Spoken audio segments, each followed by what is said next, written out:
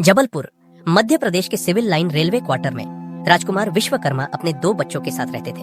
उनकी 16 साल की बेटी काव्या विश्वकर्मा जो 10वीं कक्षा में पढ़ती थी और उनका बेटा तनिष्क विश्वकर्मा। राजकुमार की पत्नी का निधन 2023 में हो गया था, जिसके बाद वे अकेले अपने बच्चों का पालन पोषण करते थे। हर दिन सुबह उठकर वे बच्चों के लिए टिफिन और खाना तैयार करते, उन्हें स्कूल भेजते और फिर अपनी रेलवे की नौकरी के लिए निकल जाते। शाम को घर लौटकर वे सारे घरेलू काम करते। यह दिनचर्या लगभग 1 साल तक चलती रही। मार्च 2024 में राजकुमार ने अपने मूल निवास पिपरिया में स्थानांतरित होने का फैसला किया। उनकी रेलवे नौकरी के कारण उनका तबादला पहले जबलपुर में हुआ था। बच्चों के परीक्षा 16 मार्च 2024 को खत्म होने वाली थी और परिवार 17 मार्च को पिपरिया शिफ्ट होने वाला था, क्योंकि राजकुमार ने तबादला ले लिया था। लेकिन इसके 2 दिन पहले 15 मार्च 2024 को एक भयानक घटना घटी। काव्या ने अपनी पिपरिया में रहने वाली चचेरी बहन को एक वॉइस नोट भेजा, जिसमें वह बहुत डरी हुई थी और कह रही थी, मुकुल ने पापा और तनिष्क को मार डाला। जब चचेरी बहन ने यह बात अपने परिवार को बताई तो राजकुमार के बड़े भाई ने उन्हें फोन किया, लेकिन कोई जवाब नहीं मिला। चिंतित होकर उन्होंने जबलपुर में रहने वाले रिश्तेदारों को फोन किया। रिश्तेदारों ने राजकुमार के घर जाकर देखा तो वहां ताला लगा हुआ था। पड़ोसियों ने बताया कि सुबह से अब तक उन्होंने राजकुमार को घर से बाहर निकलते नहीं देखा। रिश्तेदारों ने पुलिस को सूचित किया और पुलिस ने घर में प्रवेश किया। अंदर का दृश्य भयावह था। हर जगह खून फैला हुआ था। बाथरूम में राजकुमार की मृत देह मिली। आगे की जांच में तनिष्क की लाश एक कंबल में लिपटी हुई फ्रिज के अंदर मिली, लेकिन काव्या वहां नहीं थी, जिससे पुलिस को शक हुआ कि शायद किसी ने राजकुमार और तनिष्क की हत्या की और काव्या को अगवा कर लिया। वॉइस नोट से पुलिस को पता चला कि इस घटना के पीछे मुकुल नाम का कोई व्यक्ति था।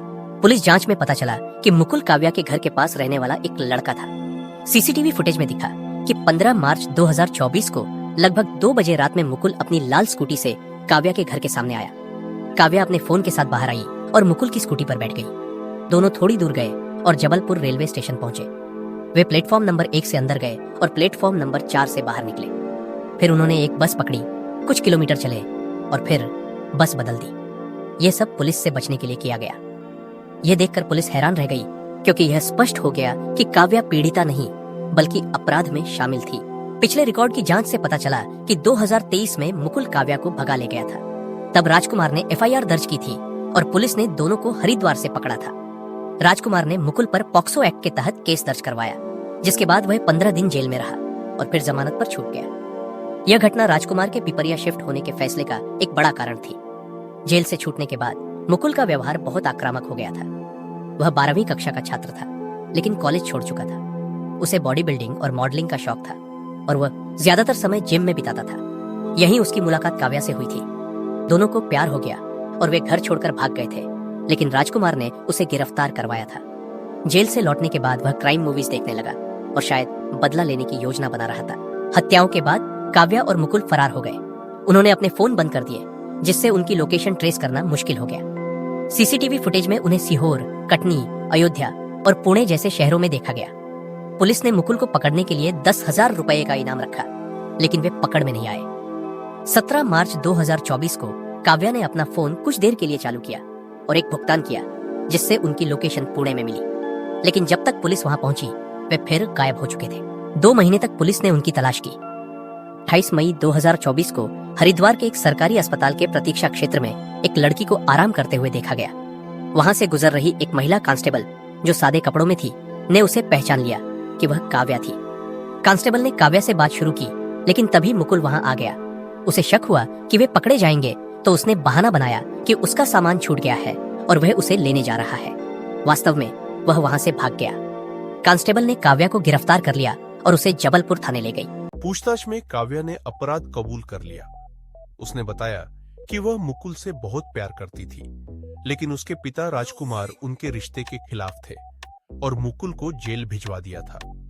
पिपरिया शिफ्ट होने से वह मुकुल से हमेशा के लिए अलग हो जाती। 15 मार्च 2024 को मुकुल ने योजना बनाई।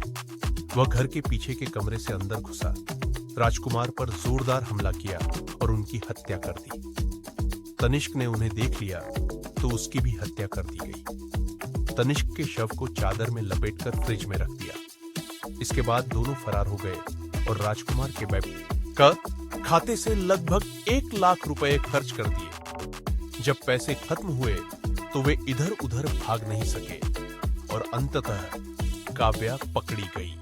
काव्या को उसकी उम्र के कारण बाल सुधार गृह में भेजा गया, जबकि मुकुल शुरू में फरार रहा। बाद में उसने आत्मसमर्पण कर दिया क्योंकि उसके पास कोई विकल्प नहीं बचा था। अब उसे कड़ी सजा का सामना करना पड़ रहा है। इस मामले ने समाज को झकझोर दिया और यह दिखाया कि कुछ लोग अपनी इच्छाओं को पूरा करने के लिए कितनी हद तक जा सकते हैं। जियदृवन किरेस्कर्म में किया गया यह दुखद कहानी अनियंत्रित भावनाओं और गलत फैसलों के परिणामों की याद दिलाती है। इस मामले के बारे में आपकी क्या राय है? आपने इससे क्या सीखा? अपनी राय कमेंट बॉक्स में जरूर बताएं। ऐसी ही जानकारी के लिए विडर टेक को सब्सक्राइब करें, फॉलो करें, शेयर करें, लाइक करें और कमेंट करें।